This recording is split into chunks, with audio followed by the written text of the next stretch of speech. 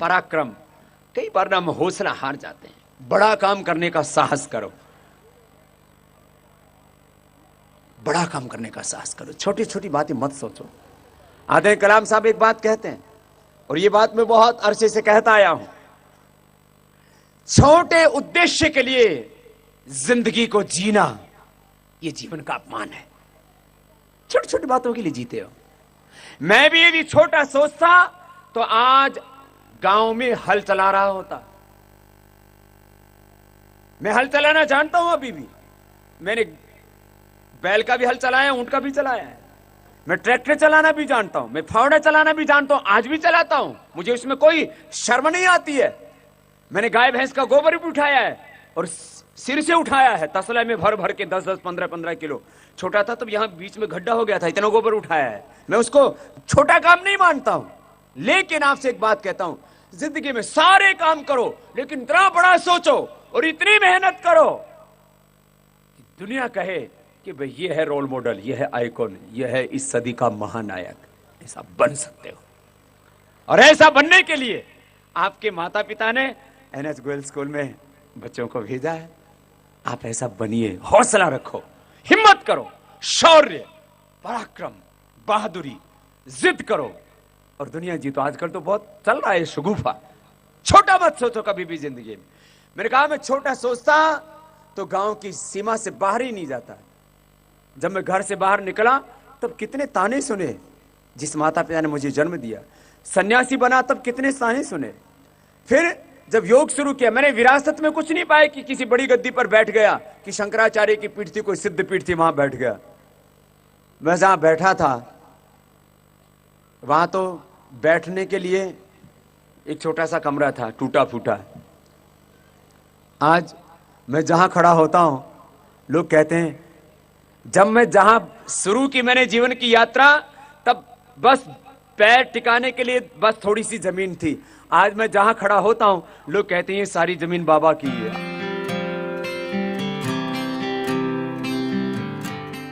मेरे बारे में बहुत लोगों ने बहुत तरह की बातें सुन रखी होंगी।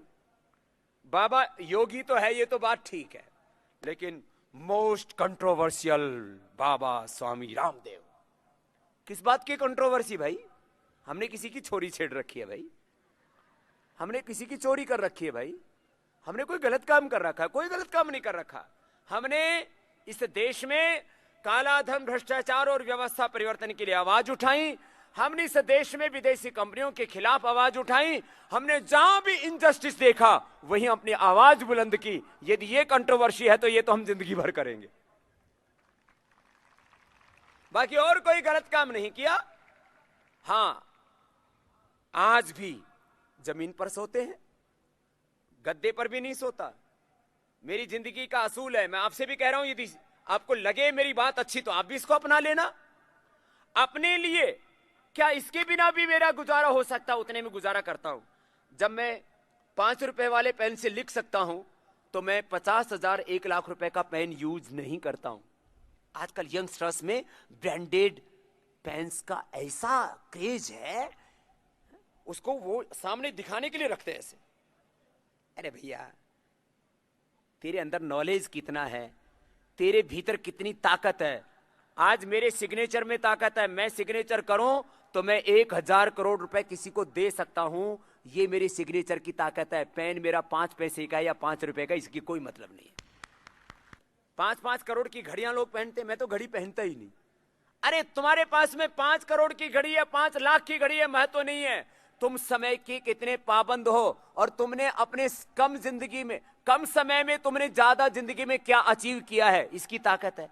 क्या ब्रांडेड घड़ी खरीदने की जरूरत है? ये सब चोचले हैं।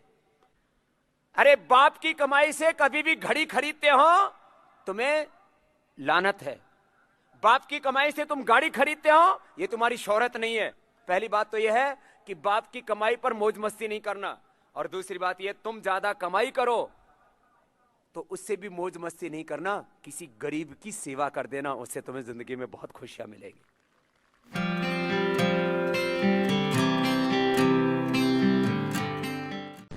आज पतंजलि योगपीठ जिस धरातल पर खड़ा है, हम सामाजिक धार्मिक, आर्थिक, राजनीतिक, वैज्ञानिक चुनौतियों को फेस कर रहे हैं। और तो लास्ट बात उन्होंने खत्म की कि फेस करो और उसमें अपने आप को स्थापित करो। खाली बात कहने से बात नहीं बनेगी, आपको करके दिखाना पड़ेगा। लोग कहते थे स्वदेशी की बातें पुरानी हो चुकी हैं। मैंने भी अपने बचपन से लेकर के और इस संस्थान के निर्माण तक, करने से पहले तक देखा कि लोग स्वदेशी की बात तो कर रहे हैं, लेकिन स्वदेशी को कोई खड़ा तो नहीं कर रहा, कोई चुनौती तो नहीं दे रहा उन विदेशी कंपनियों को। लोग योग और अध्यात्म की बात तो कर रहे हैं, लेकिन उनको चुनौती तो नहीं दे रहा कोई खड़ा होकर के। तो हमने योग, आयुर्वेद, स्वदेशी और भारतीय ज्ञान परंपरा की बात ही नहीं की, आज हम पूरी दुनिया को चुनौती दे रहे हैं कि श्रेष्ठ क्या है। इसको हम खाली शब्दों से नहीं कह रहे हैं, उसका हमने व्यवहारिक मॉडल दिया। इस रूप में आपको आगे खड़ा होना है।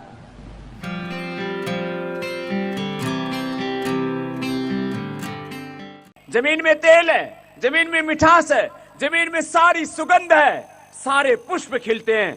ऐसे ही हर बच्चे में सारी सुगंध है, सारी मिठास है, सारे गुण है। जमीन की तरह है हमारा दिमाग, हमारी जिंदगी।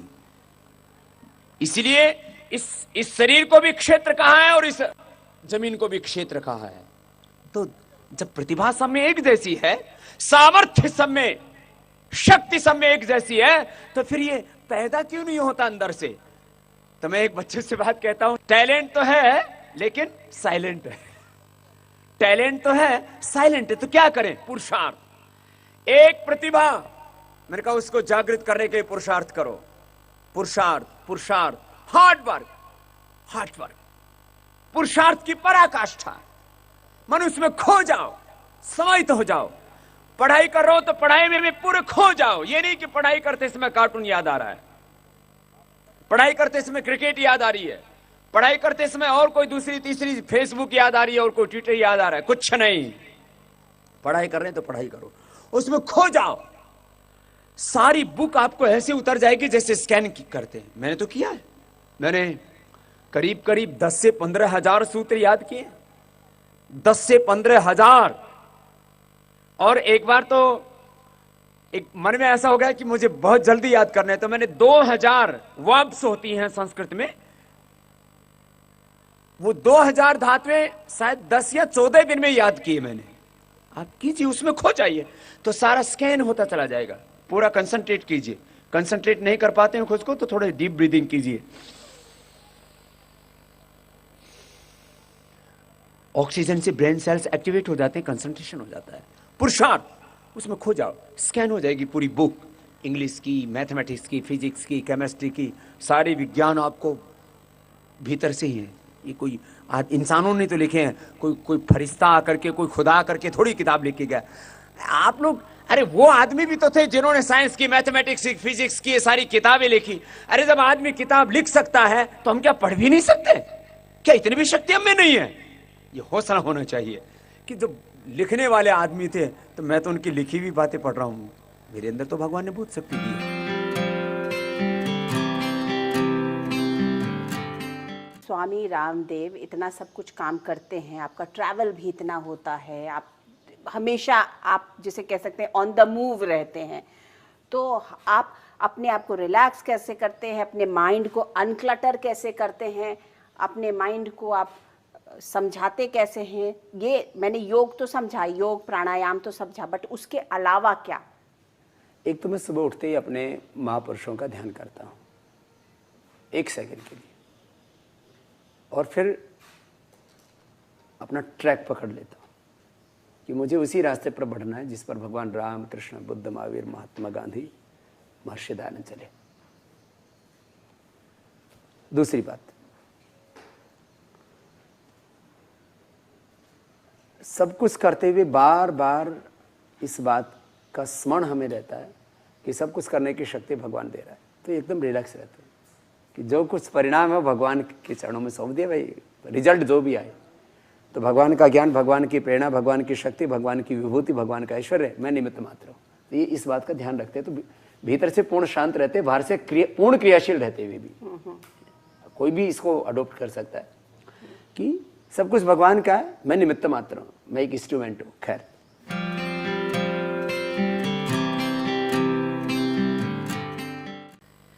देखो भाई, हम जिस स्कूल में पढ़े वो इतना बड़ा तो नहीं था, इतना भव्य नहीं था। स्कूल में 3-4 कमरे थे, वो भी बरसात में चुआ करते थे। दिन में वहां चमगादड़ आ जाते थे और रात को कुतिया घुस जाती थी। ऐसे स्कूल में हम लोग पढ़े। मैं आज योग, Ayurveda, medical science, political science, black money, corruption, political system को कैसे हम चेंज करें, कैसे हम जो है देश के अंदर पुलिस सुधार से लेकर के न्यायिक क्षेत्र में सुधार से लेकर के पुलिस रिफॉर्म, जुडिशरी रिफॉर्म, तमाम बातें करता हूं। लोग मुझसे पूछते हैं, बाबा जी आपका एजुकेशन कहां पर हुआ है, आपकी पढ़ाई कहां हुई है?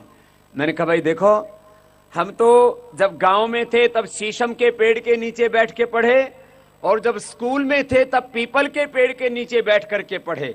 पढ़ते समय बुक हम सेकेंड हैंड खरीदते थे, लेकिन क्लास में पोजीशन फर्स्ट हुआ करती थी। ऐसा मैं बच्चों को देखना चाहता हूं। आपके पास में संसाधन कितने हैं, ये कोई बात महत्वपूर्ण नहीं होता है। अभावों और संघर्षों के बीच में भी व्यक्ति बहुत ऊंचाइयां जीवन की तय कर सकता है।